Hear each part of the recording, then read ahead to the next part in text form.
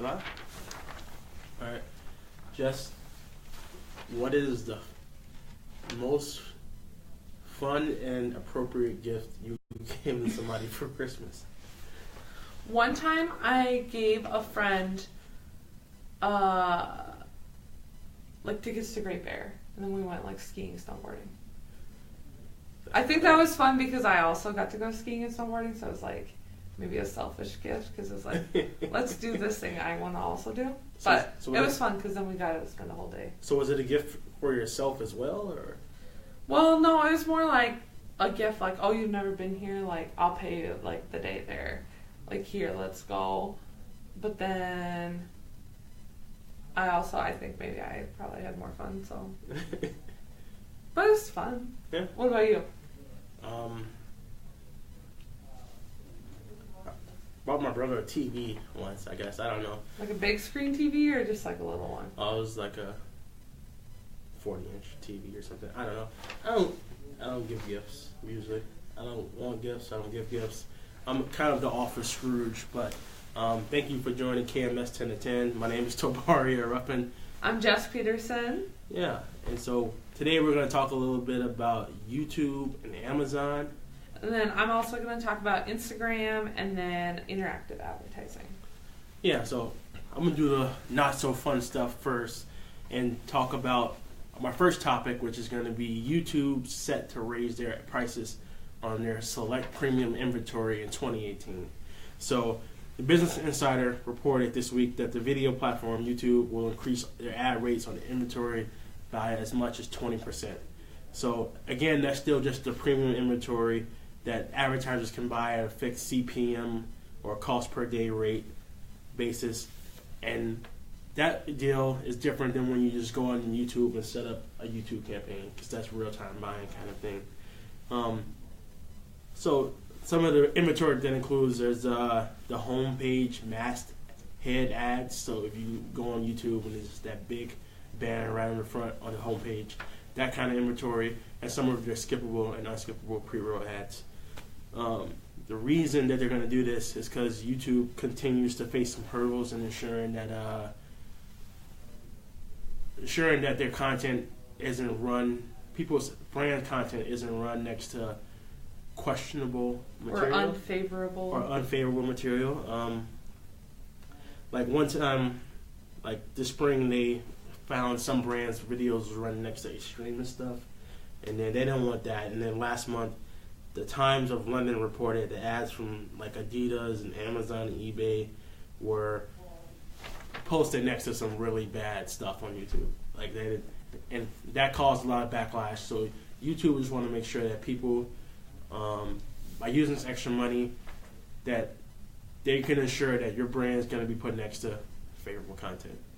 So we don't really do much with masthead advertising and placement stuff like that, but I think that's something that we're definitely going to look to do in 2018. And it also, I mean, this could just be the tip of the iceberg. Like maybe they're increasing pricing here, and then that's going to slowly roll out throughout 18. And maybe they'll, offer more like, for this increase in price, you can guarantee that your ads are going to show here, here, and here, and we can guarantee they're not going to show here and here. So I think they're going to kind of leverage that. And yeah, brand quality in 2017, from what I've seen, has been something that has been spoken about quite frequently from a lot of our providers. And it seems like in 2018 that trend is just going to continue. It's just going to continue to be on top of providers' minds, making sure that brands are getting shown next to quality content. Well, I think 2017 was the year of fake news, and so now people, we didn't really hear like before, like 2 summers ago and stuff. Like people didn't really talk about like fake news on Facebook, but now it's like that's fake news. I'm sorry for sharing fake news. Like when you catch yourself sharing something, you're like, oh no, like I didn't mean to send that to anyone. I think brands are also like, don't show our ads on something that's fake or deceptive or inappropriate. Speaking of fake news, quick story. We were talking earlier about Twitter and how why Twitter has failed to grow like other platforms, and just bringing up fake news reminds me that every time I retweet something and then I look from the person and it's like a fake Twitter account, I hurry up and untweet it and I'll throw out something like that, like, hey, sorry about that. I blocked that account. They got me. They won't get me again. I know. I've accidentally been caught being like, I can't believe this person tweeted that, and then I go look and it's not actually their verified account, and I'm like, oh, I was deceived. You got me. Well, moving on to the next social platform. I've always said, and I've actually wrote a blog about it, that all social medias are slowly becoming the same and morphing into each other in terms of like just their features and usability. Well, Instagram this last week rolled out a standalone app called Direct, which very similarly mirrors Snapchat's Friends Only tab that they talked about in the last couple weeks. Right now, it's tested in 6 non-U.S. countries like Chile, Israel, Italy, and then they expect that to go global next year. So essentially, it's very similar to like the Facebook Messenger app crossed with the Snapchat Friends Only tab type app, and it just lets you send photos, videos with filters. Sounds a lot like Snapchat, as well as text just to your friends. So not any like sponsored brands. I mean, I'm sure they'll find a way to integrate ads into it, but it's supposed to be kind of like Facebook Messenger, where you can just have all your friends and do the private direct messaging. Unlike Snapchat, you'll still have to go to the actual Instagram app to see stories, and unlike Facebook, so Facebook and Snapchat both have stories within their apps. Apparently Direct right now does not have stories, so you would still, like if you wanted to see your friends' stories or other posts, you'd have to go to the Instagram app. If you want to send them a message, you'll have to go into the Direct app. I'm not a huge fan, just because like I find it easy, like you see a Instagram post you like, you just send it, you see your messages up in the corner. Like, I don't understand why we have to have so many apps. Like, my phone is full.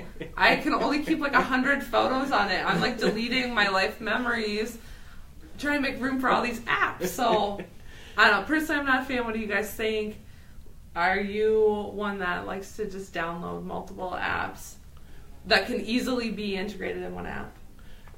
Well, me personally, like I never downloaded Messenger because I figured if somebody wanted to talk to me, they could text me. Like, why would I have a text messaging function on my phone and then download Messenger as well? Like, having both kind of seemed redundant.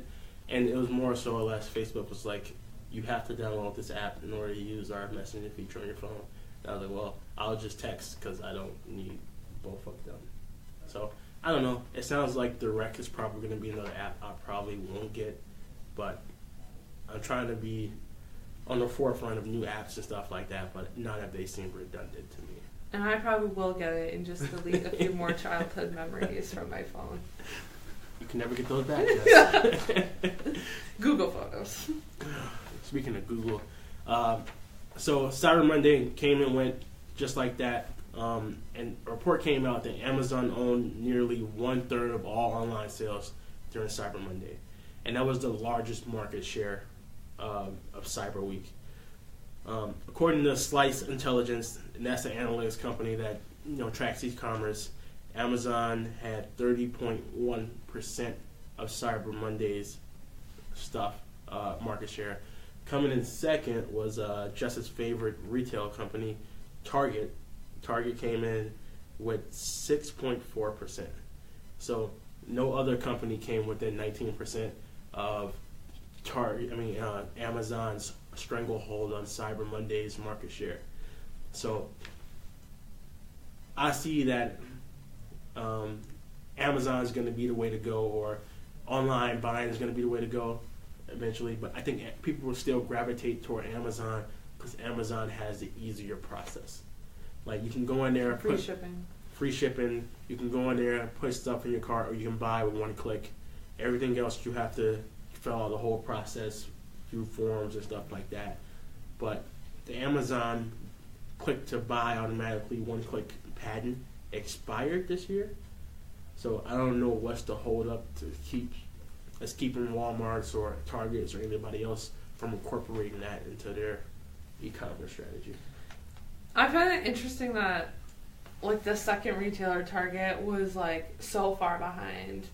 And it almost makes you wonder, like, as more and more people shop online, will Amazon's share go down as more people maybe shop local or smaller? Like, I know Target's not even a small local business, but at least there's like storefronts in stores. Yeah. I know at Target a lot of people did order pickups. I'm assuming a lot of people did order pickups at Walmart. The instant gratification of getting the item, but not necessarily like waiting or worrying about it being dropped off. They like to go to the store and pick it up. But it will be interesting to see if other companies can kind of take some of that share away. Because I felt like this year I didn't buy anything from Amazon on Cyber Monday because I felt like I could buy stuff for the same price just in Sioux Falls and not worry about it having to ship to my house. Yeah, and I got a little tidbit. Just keep going with Amazon and their online shopping stuff. A lot of people during the Christmas season get their packages stolen. Like, they get dropped off in front of your house or in between your door, and people come up and steal your packages. Porch pirates. What's what they call them? Porch pirates. And that's a real issue going on, especially during the Christmas season. Amazon is going to try to roll out this new thing in 2018 where you install a special Amazon lock. And then you have to download an app. It comes with an app, the lock, and the security camera. So you can put the security camera like facing your door, and then you install this lock in the app. So whenever your package is delivered, the Amazon worker hits the button, it opens your door for them, so you can put your package inside your house, right inside the door, and then they hit the button again and it locks. Seems like a good idea, but it also just seems easier than like to just shop at Target and do an in-store pickup. Like, I don't, like, rather than, you know, the logistics of that, and what if you have a bad delivery driver, like.